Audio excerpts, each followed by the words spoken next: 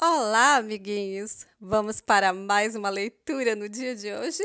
Nós vamos continuar na primeira carta aos Coríntios. O capítulo de hoje é o capítulo 12, que fala sobre os dons do Espírito Santo.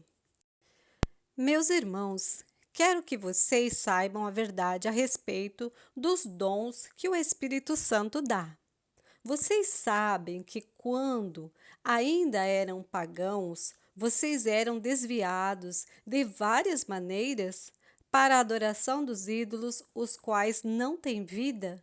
Por isso precisam compreender que ninguém que diz que Jesus seja maldito pode estar falando pelo poder do Espírito de Deus, e que ninguém pode dizer Jesus é o Senhor a não ser que seja guiado pelo Espírito Santo.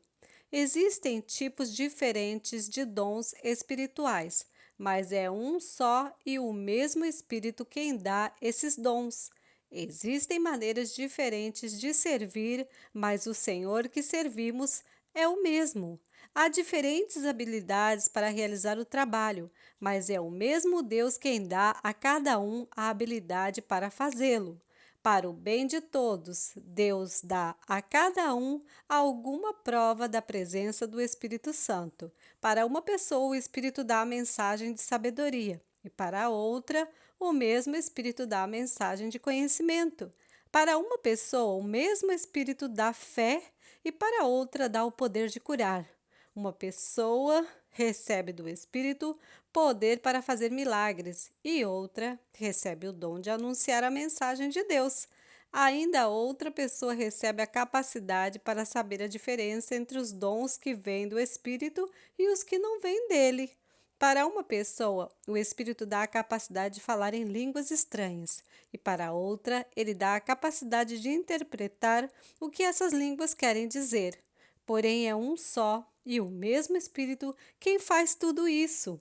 Ele dá um dom diferente para cada pessoa, conforme ele quer. Um corpo e muitas partes. Cristo é como um corpo, o qual tem muitas partes. Em todas as partes, mesmo sendo muitas, formam um só corpo. Assim também, todos nós, judeus e não judeus, escravos e livres, fomos batizados pelo mesmo Espírito para formar um só corpo, e a todos nós foi dado de beber do mesmo Espírito, pois o corpo não é feito de uma só parte, mas de muitas. Se o pé falar, já que não sou mão, não sou do corpo, nem por isso deixe de ser do corpo. Se o ouvido falar, já que não sou olho, não sou do corpo, nem por isso deixe de ser do corpo. Se o corpo todo fosse olho, como poderíamos ouvir? E se o corpo todo fosse ouvido, como poderíamos cheirar? Assim Deus colocou cada parte diferente do corpo conforme Ele quis. Se o corpo todo fosse uma parte só, não existiria corpo. De fato, existem muitas partes, mas um só corpo. Portanto, o olho não pode dizer para a mão: eu não preciso de você. E a cabeça não pode dizer para os pés: não preciso de vocês. O fato é que as partes do corpo que parecem ser as mais fracas são as mais necessárias, e aquelas que achamos menos honrosas são as que tratamos com mais honra, e as partes que parecem ser feias recebem um cuidado especial, que as outras mais bonitas não precisam. Foi assim que Deus fez o corpo, dando mais honra às partes menos honrosas. Desse modo, não existe divisão no corpo, mas todas as partes têm o mesmo interesse umas pelas outras. Se uma parte do corpo sofre, todas as outras sofrem com ela. Se uma parte é elogiada, todas as outras se alegram com ela. Pois bem, vocês são o corpo de Cristo, e cada um é uma parte desse corpo. Na igreja, Deus pôs tudo no lugar certo. Em primeiro lugar, os apóstolos, em segundo, os profetas e em terceiro, os mestres.